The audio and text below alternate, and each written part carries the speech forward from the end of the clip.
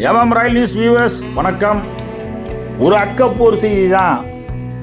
ரயிலில் பயணம் செய்கிற போது ட்ரெயினில் வைக்கிற சமோசா, சுண்டல், வேர்க்கடலை, கொய்யாப்பழம், பலாச்சொலை இதெல்லாம் வாங்கி சாப்பிட்டுட்டு ட்ராவல் பண்ணுறது ஒரு அலாதியான சந்தோஷம்தான்.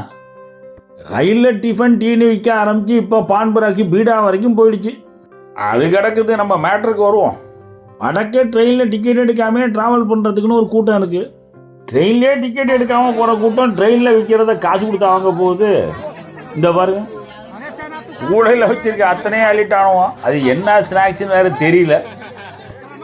விற்கிறவனுக்கு என்ன நடக்குதுன்னு கூட தெரியல. அதுக்குள்ளே எல்லாத்தையும் காலி பண்ணிட்டாடுவோம். திருடுறதுல எவ்வளவு சந்தோஷத்தை பாருங்க. ட்ரெயின் ஏறதுக்கு பயணிகள் மேலே தண்ணி எடுத்து ஊற்றுறது, குச்சால் அடிக்கிறது, ஏசி பொடியில் கண்ணாடியை உடைச்சி உள்ளே ஏறுறது, இப்படி எல்லாம் அட்டகாசமும் பண்ணுறவனும் உள்ளே ஏறினா சும்மா இருக்க போகிறானுவான்.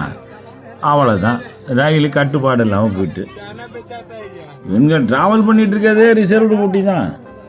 வடிவேலு காமெடி மாதிரி இது உங்கள் சொத்து, எங்கள் சொத்தை நான் விற்போம், என்ன வேணாலும் பண்ணுவோம் அப்படிங்கிற மாதிரி இருக்குது. வியாபாரங்கிற பேரில் பல ஆயிரம் கோடிகள் மோசடி பண்ணுறாங்க. அவங்க வியாபாரமெல்லாம் பாதுகாப்பாக நடக்குது. பட்டாணி சுண்டல் விற்கிறவனுக்கு பாதுகாப்பு இல்லை. ஏசி போட்டு இன்ஜின் எல்லாத்துலேயும் ஏறணும். இன்னும் பேண்ட்ரி காரில் தான் ஏறலை. அடுத்த தடவை ஏறும்போது அங்கே தான் ஏறணும். ஏன்னா அங்கே சாப்பாடு கிடைக்கிதுங்கிற விஷயம் என்ன அந்த பொருளுக்கு தெரியல போகுது.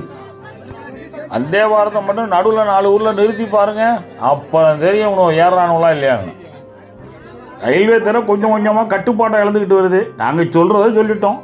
இந்த வீடியோ பிடிச்சிருந்தா லைக் பண்ணுங்கள், மறந்துடாமல் சப்ஸ்கிரைப் பண்ணுங்கள், ஷேர் பண்ணுங்கள். வணக்கம்.